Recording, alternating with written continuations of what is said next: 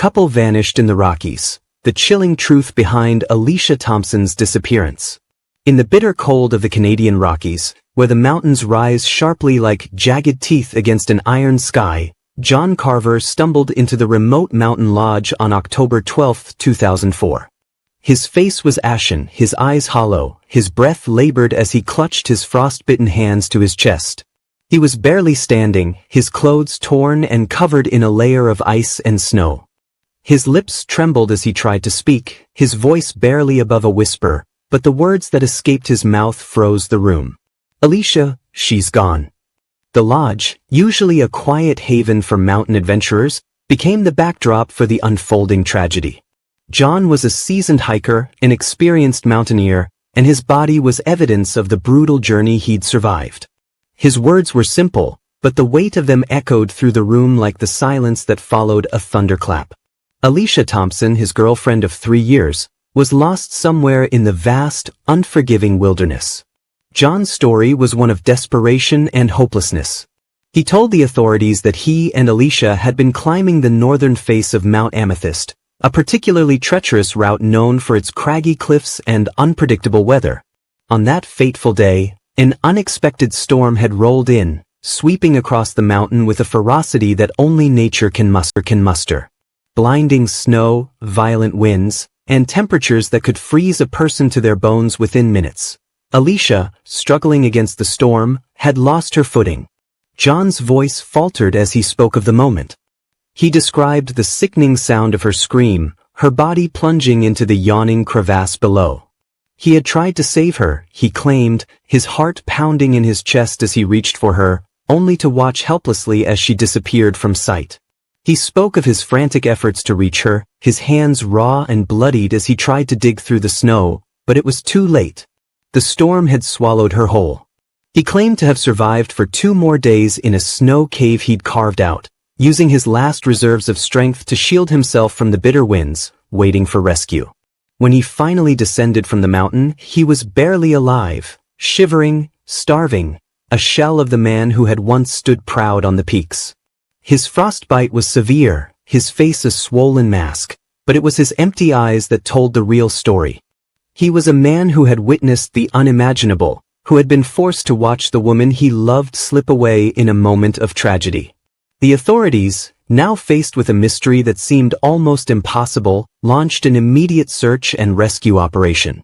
The Canadian Rockies were notorious for their harsh conditions, and searching the rugged terrain for any sign of Alicia was a daunting task. Helicopters took to the sky, their blades slicing through the freezing air as searchers scoured the mountain slopes below. Ground teams, bundled against the cold, moved methodically through the snow, their eyes trained on the landscape for any hint of a clue, any sign of the missing woman. But the mountain held its secrets close. It seemed almost indifferent to the pain and suffering below. Every corner, every rock, every crevasse seemed to mock the human efforts to uncover the truth. Days passed without a trace. The weather continued to rage, relentless in its fury. Then, just as the search began to lose momentum, a breakthrough arrived, but it wasn't from the mountains. A German couple, vacationing in the area, came forward with something that would give the case a new dimension, a photograph. It was a digital image, taken only hours before the storm hit. In the picture, John and Alicia stood side by side, smiling in their mountaineering gear, unaware of the fate that would soon tear their lives apart. The image was clear. Alicia was wearing the same red jacket she'd been wearing when she disappeared, her face radiant in the crisp mountain air. The couple had unknowingly captured a moment in time that would become a haunting reminder of the woman who had vanished. The photograph confirmed everything about the journey. The clothes, the equipment, the very essence of the lives they had been living together. But despite the growing evidence that suggested Alicia had indeed been with John in those final moments, the search for her yielded no results. 4 days, the ground teams combed the area, following every lead, yet the wilderness remained silent. They found nothing but endless snow and ice, stretching as far as the eye could see. Alicia's sister, Emma Thompson, arrived at the lodge, her face etched with disbelief. She was a woman of strength, known for her own adventurous spirit. Alicia and Emma had always been close, partners in adventure, sisters by blood. Emma had known Alicia's strength, her resilience, her love for the mountains. She knew Alicia would never have disappeared without a trace if she had been able to fight for her life. But the harsh truth was undeniable. After 8 grueling days of searching, the rescue operation was called off. The weather was too severe, the terrain too dangerous. The search had yielded nothing but empty promises, and the mountains seemed to swallow them whole. John, too, was left to grapple with his own guilt, his own demons. He returned to the lodge, his story unchanged. He had done everything he could, he said, but the mountain had claimed Alicia, as it had claimed so many others before her. She was presumed dead, lost, buried somewhere beneath the unforgiving ice. The case, at least for now, was closed. But Emma refused to let go. She refused to believe that her sister, so full of life, had simply vanished into the wilderness without leaving a single clue behind. There were too many unanswered questions. And though the official investigation had been called to a close, Emma's own search had only just begun. Something about John's story didn't sit right with her, and she was determined to find the truth, no matter where it led. Simona's Relentless Doubts, 2004 to 2023. Years passed, and the world around John Carver seemed to move on. The case of Alicia Thompson's disappearance faded from public view, buried beneath the weight of countless other tragedies, but for one person, the agony never ceased. Alicia's sister, Emma Thompson, was left behind to carry the burden of the truth. She refused to accept the official story, the one that painted her sister's death as a tragic accident, a victim of nature's cruel indifference. To Emma, it didn't add up. The mountain was harsh, unforgiving, but Alicia was no stranger to its dangers. She was a seasoned hiker, a woman with a sharp mind and an even sharper instinct for survival. The more Emma reflected on the details of that day, the more she began to question everything.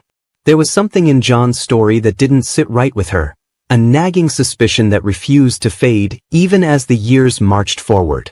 She started small, reviewing the official incident report, poring over the details again and again.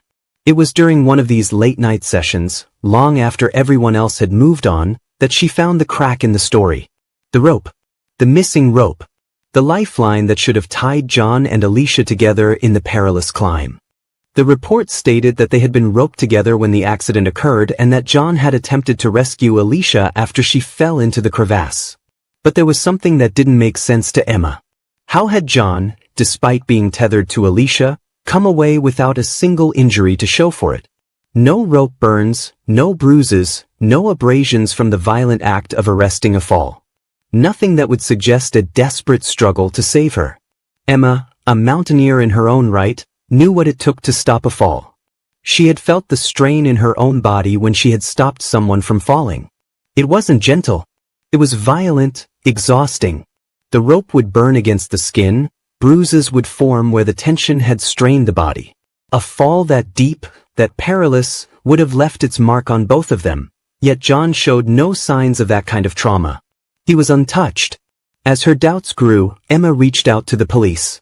She took her findings to Detective Greg Sullivan, who had been the lead investigator on the case. She laid out her questions, her theory, that John's account didn't add up, that the fall was a lie. The detective listened but ultimately dismissed her concerns. "It's normal for a grieving sister to cling to doubts," he had said. "Sometimes, the mind can't accept the painful truth." But Emma wasn't satisfied. She wouldn't, let go. The more she learned about mountaineering, about the fall arresting process, the more her suspicions solidified. A fall like the one John described would have left a physical imprint on both of them. And yet, John had emerged from the ordeal with nothing but frostbite and a survival story that seemed more convenient than truthful. Years passed, and the weight of uncertainty wore Emma down. She couldn't shake the image of her sister's face, the image from the photograph, frozen in time, a woman full of life, a woman who could never have simply vanished. Emma held onto a single, stubborn belief: Alicia wasn't gone. Not in the way they all thought. Then, in 2016, a breakthrough came. It wasn't much, just a small conversation that seemed to float by unnoticed, but to Emma, it was everything. Detective Sullivan, who had long since retired, mentioned Alicia's case in passing during an interview with a local news station. It was a brief comment, a mere acknowledgement of a loose end, but to Emma, it was a sign. Something wasn't right about the whole thing, and even those who had closed the case, the professionals, were still haunted by the unanswered questions. But still, nothing happened. Emma's pleas for justice fell on deaf ears, dismissed by a legal system that had already moved on. The case was closed. The search for answers, for justice, seemed futile. Yet Emma could never silence the voice in her head, the voice that urged her to keep looking, to keep fighting. She could feel Alicia's presence with her, in the pit of her stomach, urging her to find the truth. Every year, on the anniversary of her sister's disappearance, Emma would visit the mountain, standing alone in the snow, staring at the vast, unyielding expanse where her sister had disappeared. It was as if the mountain was mocking her, daring her to find the answers it had hidden so deeply. But with each year, Emma's resolve grew stronger. The question that had been planted in her mind on that fateful day, the question about the rope, would never fade. And she knew deep down that the truth was still out there. Somewhere. The Mountain's Secret, 2024. In the summer of 2024, something extraordinary happened. The world was gripped by a heat wave of such intensity that even the icy mountains of the Canadian Rockies couldn't escape its reach. The glaciers, ancient and unyielding, began to shift and groan under the oppressive warmth. What had once been stable, frozen terrain was slowly melting, giving way to a force of nature that no one had predicted. The snowpack, thick and firm for decades, began to crumble. What had once been solid ice was now a mass of fractured chunks and crevices.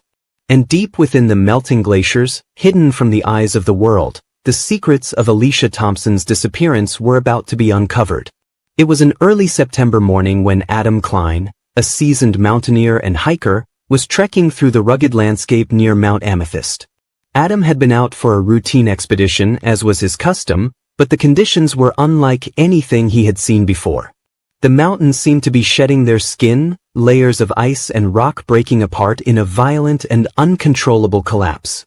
As Adam scaled a familiar ridge, something caught his eye, a flash of color amid the bleak, exposed ice. It was something that didn't belong. A spot of bright fabric, a stark contrast to the whiteness that dominated the surroundings. His heart began to pound as he carefully moved toward the object, feeling a familiar tension in his chest. He knelt down, pulling away the snow and debris, his breath visible in the cold, still air. What he uncovered was a jacket, bright red, stained and worn by the elements. His pulse quickened, and his mind raced as he slowly realized what he had found. It was Alicia's jacket. He'd seen her photograph, remembered the missing woman's bright smile, and now, in the most unlikely of places, he had stumbled upon the evidence that had eluded so many before him. Beneath the jacket, Adam found more. Scattered bones, delicate and fragile, their surfaces cracked and splintered by the cruel passage of time. A human skull, fractured in multiple places, as though it had been crushed by something forceful. And there, still attached to the remains, was a single mountaineering boot. The boot was worn, weathered by the harsh conditions, but its distinctive crampon, metal spikes designed for climbing, was unmistakable. The realization hit him like a wave, and a chill ran down his spine. The body had been preserved by the very elements that had claimed so many others, locked in the ice for years, forgotten and forsaken. Now, exposed to the light of day, the truth was laid bare. Adam immediately contacted the authorities, but in the back of his mind, he knew this was no ordinary discovery. He had found more than just a body. He had found a long-buried secret, a truth that had been hidden beneath the ice for nearly 2 decades. Forensic experts were called in, and the investigation into the remains began. The clothing was examined, and it was confirmed that the jacket found with the body matched the one Alicia Thompson had been wearing in the photograph taken just before her disappearance. The connection was undeniable. The body belonged to Alicia, and the mystery of her fate was about to take a horrifying turn. The news of the discovery sent shockwaves through the community. What had once been considered an unfortunate accident now seemed more like a crime, a dark and twisted secret that had been hidden for far too long. The authorities, who had once closed the case with the belief that Alicia had simply vanished, now had to reconsider everything they had assumed about the tragedy. The pieces were beginning to fall into place, and they didn't paint the picture of a simple mountaineering accident. It wasn't just the location of the body, miles away from where John Carver had said the accident had happened, that raised suspicions. No, it was the state of the remains, the nature of the injuries, and the disturbing absence of any signs of a fall. Alicia had been murdered, that much was clear. And so, the investigation was reopened, now with a singular focus, to uncover the truth of what had happened on that fateful day in the Canadian Rockies, to unravel the mystery of Alicia's death.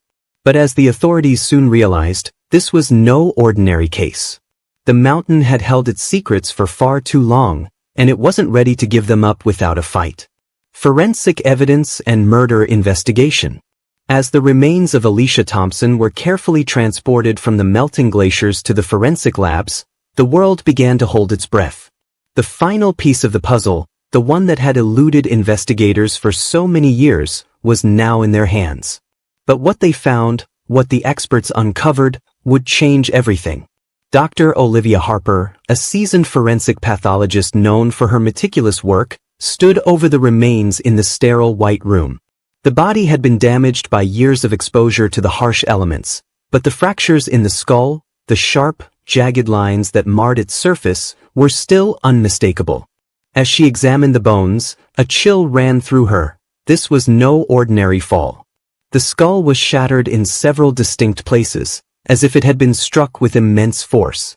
But what struck Dr. Harper as particularly unusual were the small, circular puncture wounds on the skull.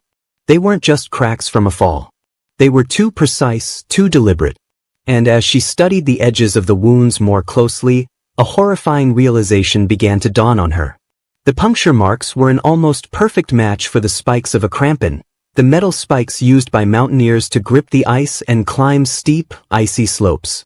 Alicia's skull had been impaled by the crampon spikes, and not just once, but several times in quick succession. The damage was consistent with someone using the crampon to forcefully strike the skull, to crush it with deliberate precision. Dr. Harper's hands trembled as she documented her findings. This wasn't a fall. This wasn't an accident. Alicia had been murdered.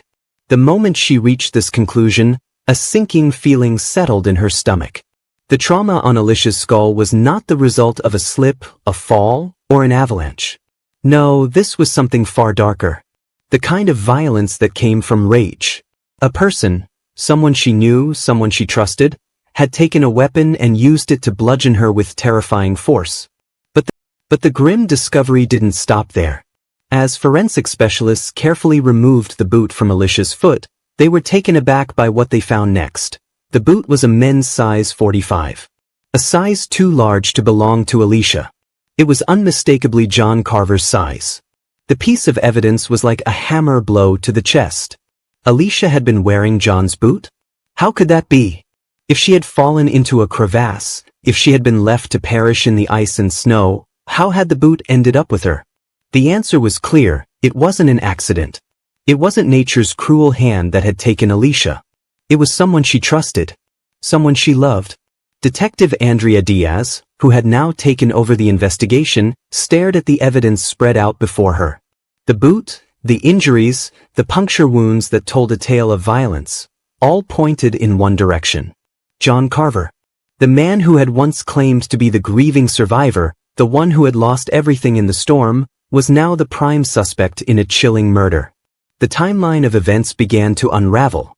The authorities had always believed John's story about the storm, the fall, and his survival. But the evidence, now staring them in the face, suggested that his story was nothing more than a carefully crafted lie. A lie that had been meant to cover up something far more sinister. The investigation turned its focus to the boots and the crampon. Forensic metallurgists worked tirelessly to examine the ice axe and the crampon that had caused such horrific damage. When they looked at the spikes under a microscope, they found the unmistakable signs of repeated impact. The damage was consistent with high-velocity impacts against a hard surface, one that would give under pressure, yet remain rigid enough to absorb the force, a surface like bone. John Carver had struck Alicia's skull with his crampon. And he had done it with terrifying force. The pieces were falling into place. The brutality of the crime. The silence of the mountain. The cover-up. And the evidence tying John to the murder was undeniable. John had killed Alicia. But the why would he have done such a thing, was still a mystery. As the investigation dug deeper, Detective Diaz uncovered a chilling theory. John and Alicia had been in a relationship that was growing increasingly volatile. Alicia had been planning to leave John, tired of his controlling nature, his possessiveness, his flashes of unpredictable rage. She had told friends she was ready to walk away, to move on with her life. But John couldn't bear the thought of losing her. The truth was now becoming painfully clear. Alicia had planned to break up with John during the climb, a final conversation about their future. But somewhere high on that glacier, in the midst of the storm, something had snapped. A sudden, violent eruption of rage from John had led to an act of brutality. He had bludgeoned her with his crampon, killing her in cold blood. John had then staged the scene. He had left her body, hoping the storm would conceal his crime. He had escaped, telling his harrowing tale of survival, but the truth, hidden beneath the ice for so many years, was now coming to light. The evidence against John was mounting. But still, he remained silent, his lawyer now at his side, refusing to answer any questions. When confronted with the forensic findings, the puncture wounds on Alicia's skull, the matching boot, John's composure began to crack. His face paled, his eyes filled with a mixture of fear and regret, and in the end he said only 3 words. "My lawyer." The case against him was clear, but John was no longer the man who had once been desperate for survival. He had been a man driven by something far darker, a man who had killed the one person he loved in a fit of jealousy and rage. But there was one last twist in the story. It was something that John never expected. The moment of his greatest betrayal was still to come. As the authorities prepared to build their case against him, they were about to discover that John Carver was not just a murderer. He was a man on the run. The case against John Carver. As Detective Andrea Diaz stood over the evidence that now pointed unequivocally toward John Carver, the pieces of the puzzle came together with a chilling clarity. The mountain had concealed its secrets long enough, but now the truth was emerging in ways that left no room for doubt. The forensic evidence was damning, each detail more incriminating than the last. The boot found next to Alicia's remains, a men's size 45, matched John Carver's shoe size. It had been there all along, concealed in plain sight. But it wasn't just the boot, it was the location of the body itself. The remains had been found miles away from the area where John had claimed Alicia fell. The search efforts had focused on the wrong places, a wild goose chase orchestrated by John himself. And now, with the body found in a completely different location, the lie he had told was exposed for all to see. But the most incriminating piece of evidence was something more chilling than any physical clue: the crampon. The very instrument used to kill Alicia. Forensic specialists had painstakingly examined the metal spikes of the crampon, and the results were undeniable. The damage on Alicia's skull was a perfect match for the unique pattern of spikes. The force of the blows had been so violent that it left a permanent mark on the evidence itself, the crampon showing signs of repeated high-speed impacts against a rigid surface. A surface like human bone. The facts, the physical evidence, each piece of the puzzle made it clear. John Carver had killed Alicia. But the why? That question still lingered in the air like a heavy fog, casting a dark shadow over the case. As investigators dove into John's life, they began to uncover a picture of a man far different from the grief-stricken survivor he had claimed to be. The walls of his carefully constructed facade began to crumble as they discovered unsettling truths about his relationship with Alicia. It was a relationship that had been deteriorating for months. Alicia, a woman full of ambition and dreams, had grown increasingly unhappy with John's possessive nature. She had told friends that she was planning to leave him. She was tired of his constant controlling behavior, his volatile temper that flared unexpectedly. One friend recalled a particular incident during a camping trip months before Alicia's disappearance. John had shown an unsettling side of himself, An outburst of rage so intense that Alicia had nearly ended the relationship right then and there. But she stayed, hesitant to leave, unsure of what the future would hold. But Alicia had made up her mind. She was going to break up with him during their mountain expedition. It was meant to be a quiet, final conversation amidst the serene beauty of the Canadian Rockies, a peaceful resolution to a troubled relationship. But that peaceful conversation never came. Instead, it was shattered by a violent eruption from John, a moment of intense rage that led to his brutal decision to silence Alicia forever. The prosecution theorized that John, in a moment of utter desperation and possessiveness, saw Alicia's decision to leave him as a betrayal too great to bear. During that final climb, he snapped. The words between them, words that were meant to be a parting, a simple goodbye, became the catalyst for violence. In the fury of the moment, John bludgeoned Alicia with his crampon, using it as a weapon in a frenzy of anger, determined to stop her from walking away. He then staged the scene, leaving her body in the harshest part of the mountain, hoping the storm and the ice would erase any evidence of his crime. He concocted the story of the blizzard, the fall into the crevasse, and his 2 days of survival in a snow cave. He sold his lie to the authorities, to everyone who would listen. But in the end, it was his own lies, his own need to control and manipulate, that led to his downfall. The case against John Carver was solid. The forensic evidence spoke for itself. But still, the man who had once been a grieving lover now sat in silence, his face an unreadable mask of fear and guilt. When confronted with the mounting evidence, John's composure began to crack. He couldn't hide the terror in his eyes when the authorities presented the images of Alicia's shattered skull, the matching boot, the crampon used to murder her. His silence, his refusal to speak, only added weight to the case against him. It was as though the walls had closed in around him, and there was nowhere left to hide. John's response was chilling in its simplicity. As Detective Diaz pressed him on the evidence, he looked at her and, for the first time since the investigation began, his facade began to crumble. The cold, calculated man who had once claimed survival was now reduced to a cornered animal. His shoulders slumped, and his eyes filled with something darker than regret, fear. "I need a lawyer," he said, his voice barely a whisper. And with those words, the interview was over. His defense attorney was called in, and the door to any further confession closed tightly behind him. But in that brief moment, John Carver had said everything he needed to. The evidence was overwhelming, and his response had spoken volumes.